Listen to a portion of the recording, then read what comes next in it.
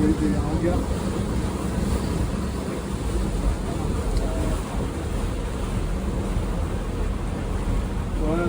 du skal kjøpe båt, så dette stedet å være. Jeg I Cannes. Cannes Yachting Festival. Den største messa I verden, jeg tror.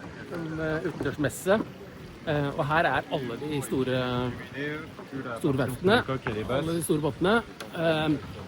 Du har Düsseldorf I januar, og så har du Cannes I september. Det liksom de store båtutstillingene for industrien. Her det jo båtene mye større enn det I Düsseldorf også. Ja, kanskje litt stort for det norske publikum, men det gøy å se da. Det kjempegøy. Og så det alle de store verftene her. De mangler litt av de her charmerende småverftene, som du ser I La Rochelle og messa I Southampton for eksempel.